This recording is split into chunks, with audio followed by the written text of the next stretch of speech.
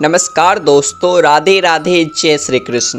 दोस्तों, इन संकेतों से पता चलता है कि मनुष्य का पुनर्जन्म हुआ है। भगवान श्री कृष्ण ने नारद जी को उन महत्वपूर्ण रहस्यों के विषय में बताया है जिससे ये पता चलता है कि मनुष्य पिछले जन्म में कौन था तथा उसने पिछले जन्म में पाप कर्म किए थे या पुण्य कर्म किए थे। तो चलिए जान लेते हैं। दोस्तों, एक बार की बात है, द्वारका नगरी के महल में भगवान श्री कृष्ण सिंहासन पर विराजमान थे।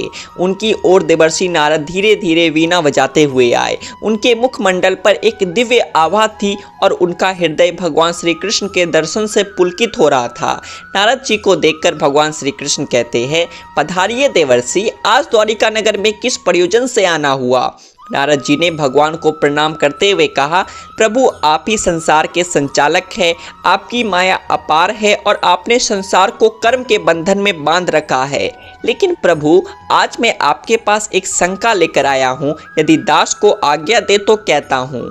भगवान श्री कृष्ण कहते हैं, हे देवर्षि, आपकी जो भी शंका हो निसंकोच होकर पूछ लीजिए, आपकी हर शंका का समाधान मैं करूंगा। तब देवर्षि कहते हैं, हे प्रभु, मनुष्य का जन्म होता है, उसकी मृत्यु होती है और फिर उसका पुनर्जन्म होता है। तो फिर हे प्रभु, जब मनुष्य का पुनर्जन्म होता है तो उस मनुष्य को अपने पिछले जन्म के पाप और पुण्य कर्मों का फल प्राप्त होता है। लेकिन वह मनुष्य कैसे पता करे कि उसने पिछले जन्म में क्या क्या पाप किए थे और वह अपने पापों के लिए प्रायश्चित कैसे कर सकेगा यदि उसे पता ही ना हो कि उसने पूर्व जन्म में क्या क्या पाप किए हैं।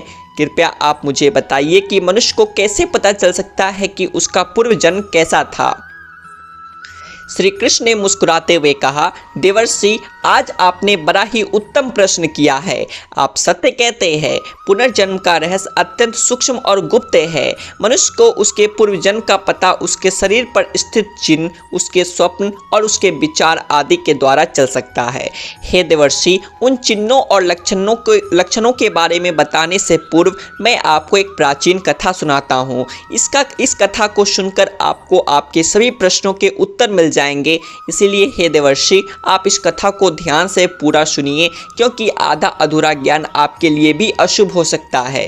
देवर्षि कहते हैं, हे प्रभु, ये तो मेरा बड़ा ही सौभाग्य है जो ये कथा मैं आपके मुख से सुन रहा हूँ। आपके मुख से कथा सुनने मात्र से ही कोटि कोटि पाप नष्ट हो जाते हैं। इसीलिए हे प्रभु, कृपया आप वह कथा मुझे सुनाइए। मैं इस कथा को ध्यान से पूरा सुनूंगा और इसका प्रचार भी करूंगा।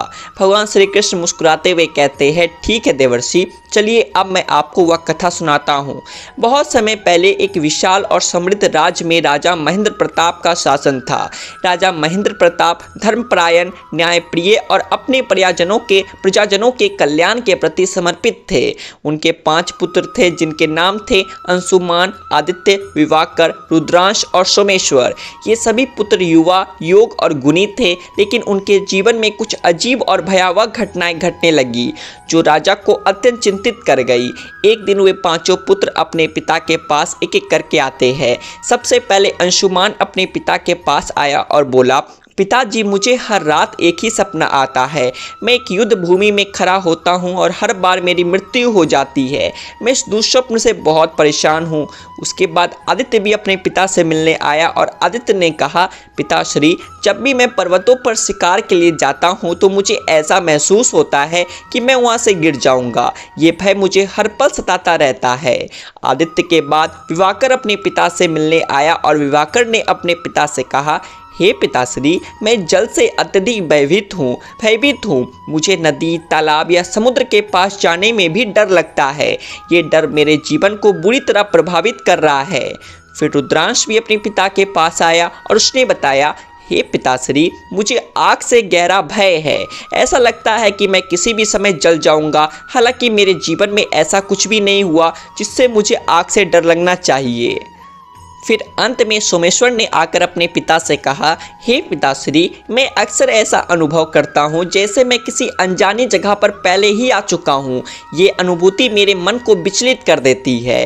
राजा महेंद्र प्रताप इन घटनाओं से अत्यधिक चिंतित हो गए और उन्होंने राज्य के सभी विद्वान ज्योतिषियों और चिकित्सकों से परामर्श किया, लेकिन कोई समाधान नहीं मिला। फिर एक दिन राज्य में महान विद्वान ऋषि वशिष्ठ पधारे। उनके आने की सूचना पाकर राजा महेंद्र प्रताप आपने उनका सम्मानपूर्वक स्वागत किया और उन्हें राजमहल में बुलाया। जब महर्षि वशिष्ठ जी ने राजा को पूछा, हे राजन, आपके स्वागत से मैं अत्यंत प्रसन्न हो गया, किंतु आपके चेहरे पर खिन्नता और उदासी दिखाई पड़ रही है। इसका क्या कारण है? कृपया संकोच न करें, जो भी बात है स्पष्टता से कहिए। तब राजा ने ऋषि वशिष्ठ को अपने पुत्रों की अजीब घटनाओं के बारे में विस्तार से बताया। ऋषि वशिष्ठ ने ध्यानमग्न होकर मनन किया और फिर गंभीर स्वर में बोले, हे राजन, आपके पुत्रों की ये समस्याएं उनके पूर्व जन्मों से जुड़ी हुई है। प्रत्येक पुत्र का जीवन उस जन्म का कर्मों का परिणाम है। मैं आपको उनके पूर्व जन्मों के बारे में बताता हूँ। ऋषि वशिष्ठ ने सबसे पहले अंशुमान की ओर देखा और कहा, अंशुमान, तुम्हारा पूर्व जन्म में नाम था सूर्यकेतु। तुम एक महान योद्धा थे और मगध के राजकुमार थे। तुम्हारी वीरता के चर्चे दूर दूर तक फैले थे, लेकिन एक दुष्ट राजा ने छल से तुम्हारी हत्या कर दी थी। युद्ध भूमि में तुम्हारी मृत्यु हुई थी, इसीलिए आज तुम्हें हर रात युद्ध भूमि में मरने का सपना आता है।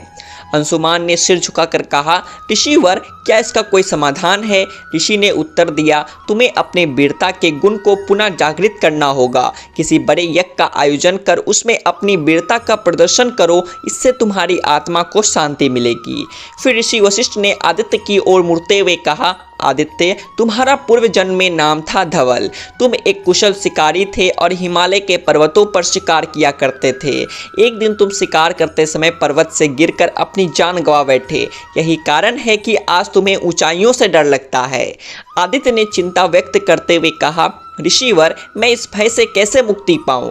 ऋषि वशिष्ठ ने कहा, तुम्हें पर्वतों पर तपस्या करनी होगी। वहाँ के शुद्ध वायु और प्रकृति के साथ संपर्क से तुम्हारे मन का यह भय समाप्त हो जाएगा। ऋषि वशिष्ठ ने विभाकर की ओर देखा और कहा, विभाकर, तुम्हारा पूर्व जन्म में नाम था जलराज। तुम एक कुशल नाविक थे और समंदरों में यात्रा किया करते थे, लेकिन एक भयंकर तूफान में तुम्हारी नाव डूब गई और तुमने अपने प्राण गंवा दिए। यही कारण है कि आज तुम्हें जल से अत्यधिक भय लगता है। विभाकर ने निवेदन किया, ऋषिवर, कृपया मुझे इस भय से मुक्ति का उपाय बताएं। ऋषि वशिष्ठ ने उत्तर दिया, तुम्हें गंगा स्नान करना होगा। गंगा के पवित्र जल में स्नान से तुम्हारे मन का जो भय समाप्त हो जाएगा और तुम्हारी आत्मा को शांति मिलेगी। फिर ऋषि वशिष्ठ ने रुद्रांश की ओर देखते हुए कहा, रुद्रांश, तुम्हारा पूर्व जन्म में नाम था अग्निदेव। तुम एक यज्ञ करता थे और आग के साथ तुम्हारा अत्यधिक संपर्क था, लेकिन एक दिन यज्ञ के दौरान आग ने विकराल रूप धारण कर लिया और तुम उसमें जल गए। यही कारण है कि आज तुम्हें आग से गहरा भय है। रुद्रांश ने दुखी होकर कहा, ऋषिवर, मुझे इस भय से कैसे मुक्त किया जा सकता है? ऋषि वशिष्ठ ने कहा, तुम्हें अग्निहोत्र का अनुष्ठान करना चाहिए। ये अनुष्ठान तुम्हारे मन के डर को समाप्त करेगा और तुम्हारी आत्मा को शुद्ध करेगा। अंत में ऋषि वशिष्ठ ने सोमेश्वर की ओर देखते हुए कहा, सोमेश्वर, तुम्हारा पूर्व जन्म में नाम था ज्ञान सागर। तुम एक महान विद्वान थे और पिछले जन्म में तुमने कई तीर्थों और पवित्र स्थानों की यात्रा की थी। तुमने वहां ध्यान किया और ज्ञान प्राप्त किया। तुम्हारी आत्मा में उन स्थानों की स्मृतियां आज भी जीवित है।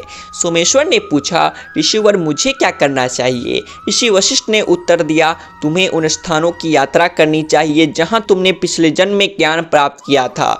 वहां ध्यान करो और अपनी आत्मा को शांति प्रदान करो। राजा महेंद्र प्रताप ने ऋषि वशिष्ठ के निर्देशों का पालन करते हुए अपने पुत्रों को उनके पूर्व जन्मों के कर्मों का प्रायश्चित करने का आदेश दिया। सभी पुत्रों ने अपने अपने कर्मों का प्रायश्चित किया और उनकी सभी अजीब घटनाएं समाप्त हो गई। भगवान श्री कृष्ण ने नारद जी से कहा, देवर्षि, ये कथा पुनर्जन्म के सत्य और कर्मों के महत्व को प्रकट करती है। आत्मा अपने कर्मों के अनुसार ही जन्म और अनुभव प्राप्त करती है, इसलिए सदा अच्छे कर्मों का पालन करना चाहिए। कथा समाप्त होने के बाद भगवान श्री कृष्ण ने नारद जी को संबोधित करते हुए कहा, देवर्षि, पुनर्जन्म के विषय में कुछ और गहरे सत्य मैं आपको बताना चाहता हूँ। ये लक्षण मनुष्य के पिछले जन्मों के कर्मों का प्रत्यक्ष प्रमाण होते हैं और इनसे ये जाना जा सकता है कि किस प्रकार के पाप और कर्म अगले जन्म में क्या फल देते हैं। भगवान श्री कृष्ण ने कहा, जो मनुष्य अपने पिछले जन्म में असत्यवादी होता है, अर्थात झूठ बोलकर धन कमाता है, उसे यमलोक में कठिन यातनाएं सहनी पड़ती है। उसे सत्य के मार्ग से भटकने और समाज में भ्रम फैलाने के अपराध में दंडित किया जाता है।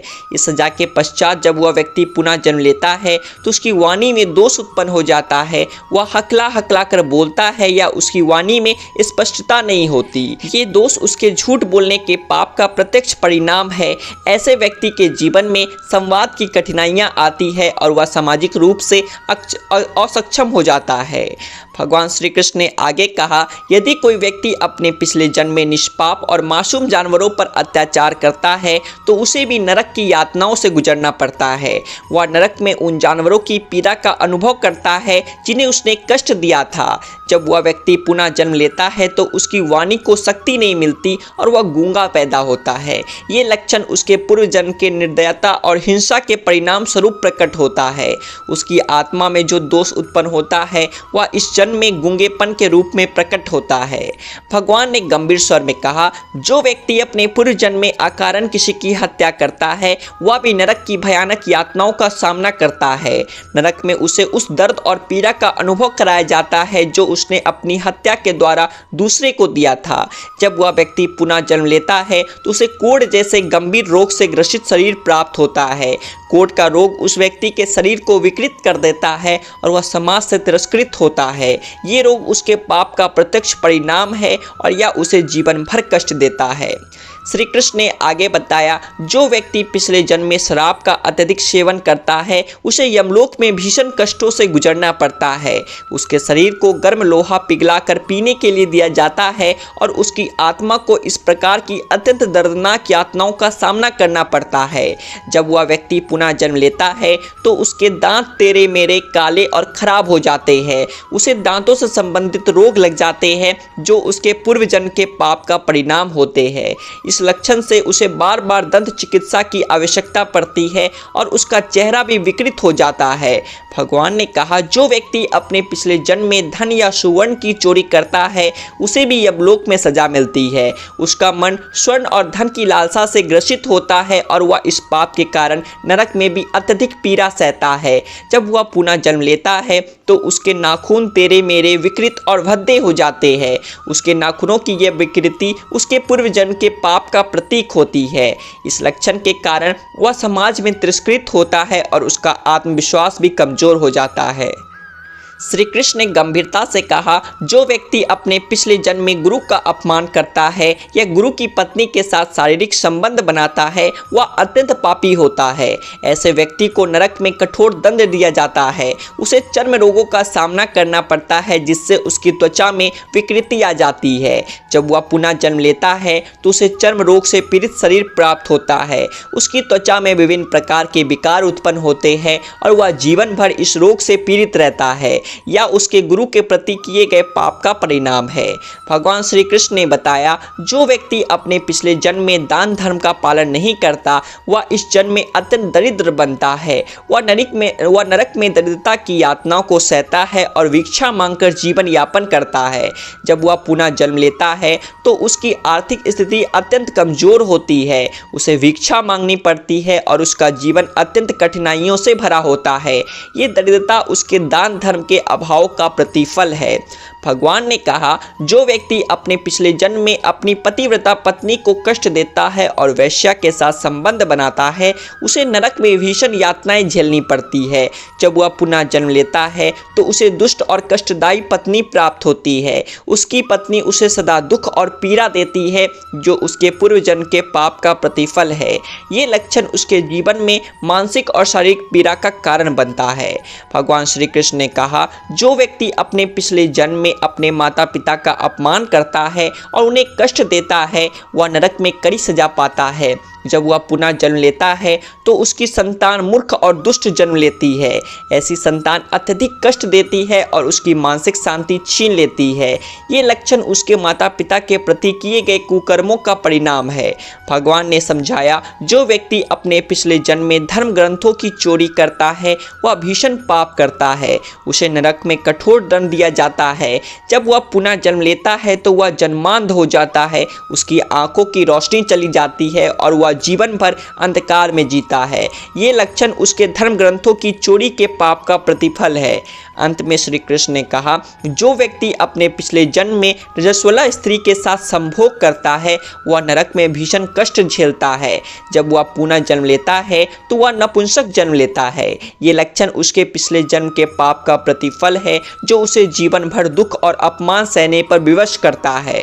भगवान श्री कृष्ण के मुख से ये सभी लक्षण सुनकर नारद जी अत्यंत प्रभावित हुए। उन्होंने भगवान को प्रणाम किया और कहा, प्रभु आपने जो ज्ञान मुझे दिया वह अनमोल है। मैं इसे संसार में प्रचारित करूंगा ताकि लोग अपने कर्मों का सही मूल्य समझ सके और सही मार्ग पर चल सके। इस प्रकार भगवान श्री कृष्ण ने नारद जी को पुनर्जन्म और कर्म फल के महत्व का बोध कराया और नारद जी प्रसन्न होकर संसार में इस ज्ञान का प्रचार करने के लिए प्रस्थान कर गए। बोलिए राधे राधे, जय श्री कृष्ण।